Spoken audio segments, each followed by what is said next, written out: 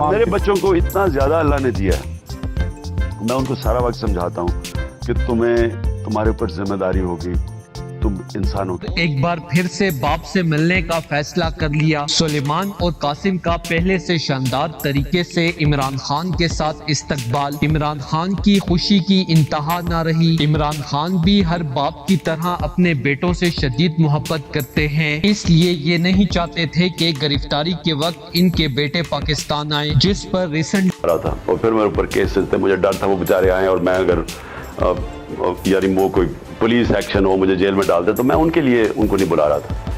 لیکن جب یہ ہوا تو وہ دونوں پریشان، ظاہر ہے کن پٹی پر بندوق رکھ کے جی میں پی ٹی آئی چھوڑ رہا ہوں، کوئی فکر نہ کرے، کبھی کوئی پارٹی سے نہیں ختم ہوگی۔